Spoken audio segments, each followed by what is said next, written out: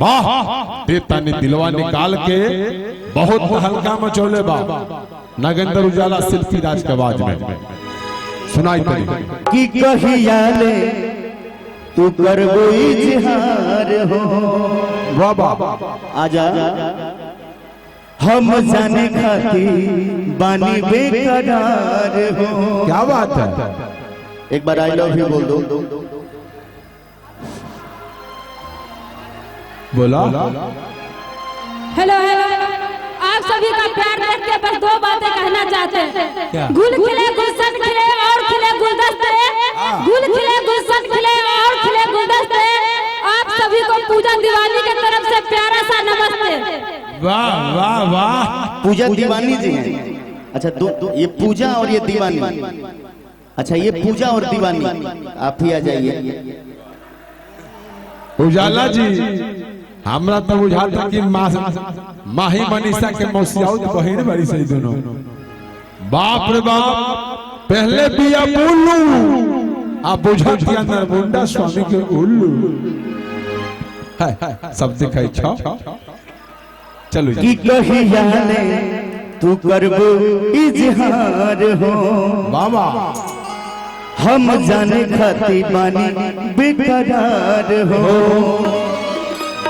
कि क्या बताई अपना धड़कन के हाल के हो, हर हाल के हो। वाह वाह, तब शिल्पी को हतरी कैसे आजू के दीना वा सुहावना रतिया लुभावना हो। ये रजऊ दे तानी जा जा दिलवा निकाल के तू रखी हो संभाल के हो। ये रजऊ दे तानी दिलवा निकाल के दिल में रखी हो संभाल के। आप सब काफी आशीर्वाद दे रहे बनिए गीत के। हाँ। मिलियन से ऊपर व्यू बा और रील काफी बनता। आप सबसे निवेदन करें कि साफ सुथरा गीत बार और सब भी काले पर रील बनाएं और ढेरों आशीर्वाद प्यार दुलारे भाई के दें। कहिया ले करबू इजहार हो, कहिया ले करबू इंतजार हो, कहिया ले तू करबू इजहार हो, कहिया ले तू करबू इजहार हो। हम जाने खाती बानी बेकरार हो, बानी बेकरार हो। बताई अपना धड़कन के हाल के हो, हाल के हो। कि आजू के दीना वा सुहावन राती या लुभावन हो। ए रजऊ पे तानी दिलवा निकाल के दिल में रखी हो संभाल के हो। ए रजऊ पे तानी दिलवा निकाल के दिल में रखी हो संभाल के हो।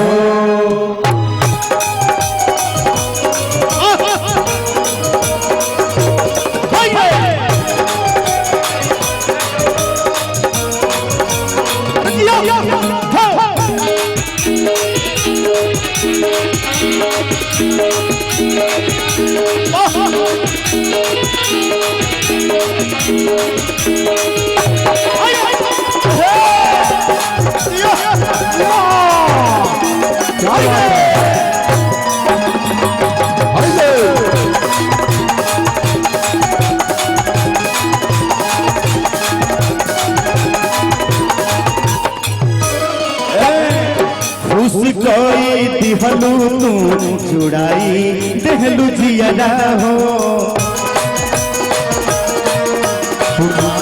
रहलू जियरा में दूर नाही रहब हम रहब तोहरा जियरा हो।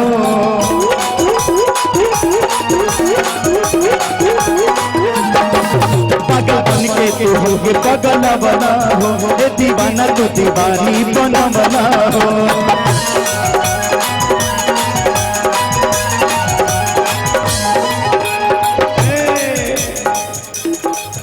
सर तो के कराइब नैनीताल के हो, नैनीताल के हो। किया जुके दीना वसुहावन राती यालु भावन हो ए रजऊ के तानी दिलवा निकाल के दिल में रखी हो संभाल के हो ए रजऊ के तानी दिलवा संभाल के रखी हो संभाल के हो ए रजऊ के तानी दिलवा निकाल के दिल में रखी हो संभाल के हो रजऊ ते तानी दिलवा निकाल के दिल में रखी हो संभाल के हो रजऊ ते तानी दिलवा निकाल के दिल में रखी हो संभाल के हो रजऊ ते तानी दिलवा निकाल के दिल में रखी हो संभाल के